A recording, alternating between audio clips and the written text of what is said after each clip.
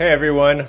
With the new release of Qortal Hub version 2.0, I thought I'd shoot some demo videos to show you all the new features that have been released with this new update.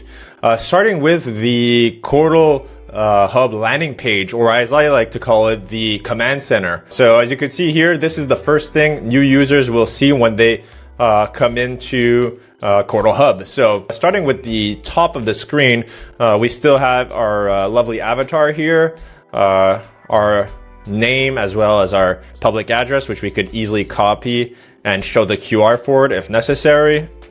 The settings cog, which I'm not going to open now, but new settings have been added for Qortal Hub. But what I want to draw your attention to is the online status, which is, in my opinion, one of the coolest and most interesting features that have been added to Qortal Hub. So I could change my online status from busy to offline to back to online. And if I look here, I see currently there are 53 online people using Qortal Hub. And the reason that this is now possible to know is because Qortal Hub has integrated what is known as Reticulum technology under the hood. And if you're not fully aware, you could look it up online. Reticulum technology is mesh networking, so it allows the transportation of encrypted data peer-to-peer.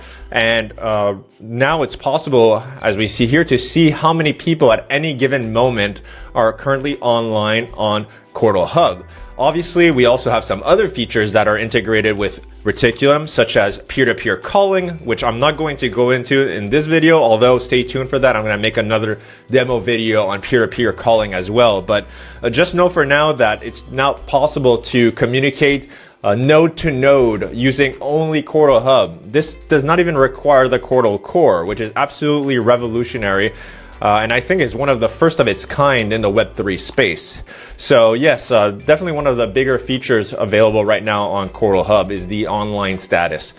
Next, if we move to the right side, we now see there's an improved node status panel where you could see your balance, if you're synced, if your local node is synced, your minter level, how many peers you have, both QDN and normal peers, the version of the core and the hub that you're running, and then obviously your node info. So you can see here, you could change node to use the public node very easily. You don't need to log out anymore to do that like in the past. You have the node type, local node, and then your node height. We've made it very easy to know if you're near the tip of the blockchain by highlighting the last 4 digits. So yes, just a much cleaner experience, as you could see here, and a very obviously sleek look to the Qortal landing page, or command center as I call it.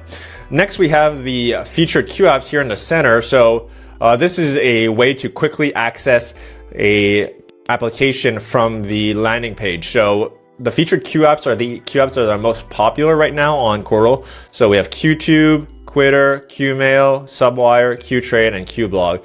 Subwire is a new Q app which is very similar to Substack on the normal web. And this integrates Qortal's newest subscription feature, which is a new feature that was released with Qortal Hub version 2.0. I'm also not going to dive into that in this video, but I'm going to make another demo on subscriptions on Qortal in the near future.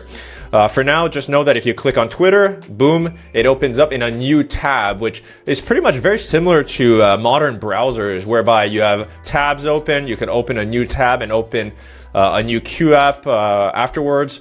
Go back to the landing page by clicking home, which brings you back here. So it's just much more user-friendly and more intuitive than it's ever been before on Qortal Hub. Now, if we move over to the left-hand side, we see we have a music player up here, which is really cool. You'll be able to listen to some songs that are integrated with any future music Q app that's launched in the future. That's still a work in progress, but that's something that will be accessible in the future. And also you'll be able to change this widget. If I remove it, I could remove it and add some hotkeys or another module in the future. For now, I'm just going to keep it as the music player. And over here we have this cute little bot called Qortino, which if I click on it, I could tickle him, which is a really neat little feature. But essentially what Qortino is going to do is that it's going to guide new features in their Qortal journey. This logic hasn't been implemented yet, but it will be coming in the near future, whereby Qortino will be able to serve almost as a helper bot on Qortal, and eventually when we do integrate AI within the Qortal ecosystem, it also will function as a AI chatbot as well. So stay tuned for that. Over here, if I draw your attention to this little panel, we have some quick, what I call quick action buttons. So user search, wallets, apps, QChat, backup your wallet, minting, mute notifications, and here we have some extras which haven't been implemented yet. But this is just like a quick access toolbar, I would say.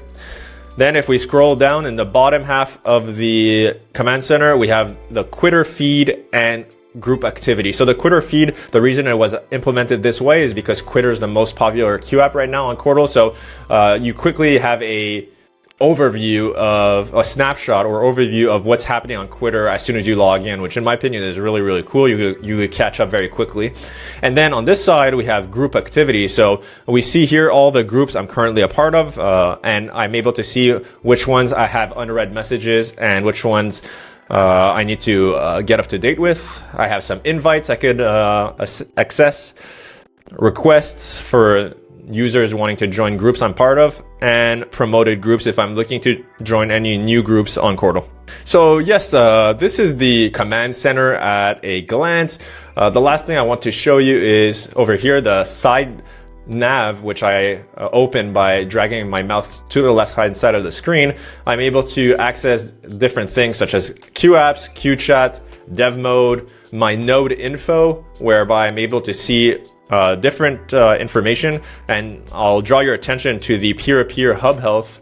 Peer-to-peer hub health is good, so that means I'm right now able to receive calls peer-to-peer, which I spoke about earlier using Reticulum technology. That is all based on the peer-to-peer hub health and how many hub peers you have. And then the last thing is the ability to change language and switch to light mode, which is also, in my opinion, also very, very cool. As you can see here, it's very, very well done. By the big shout out to my friend George for designing this whole new user interface. I think it's very, very nice. And yeah, this is the Qortal Hub landing page at a glance. I do think it's a major, major improvement from what it was before, and it will make the user onboarding journey much more intuitive and make the community feel much more alive, especially with the online peer function. So yes, I hope you enjoyed today's demo, and I'll see you in the next one.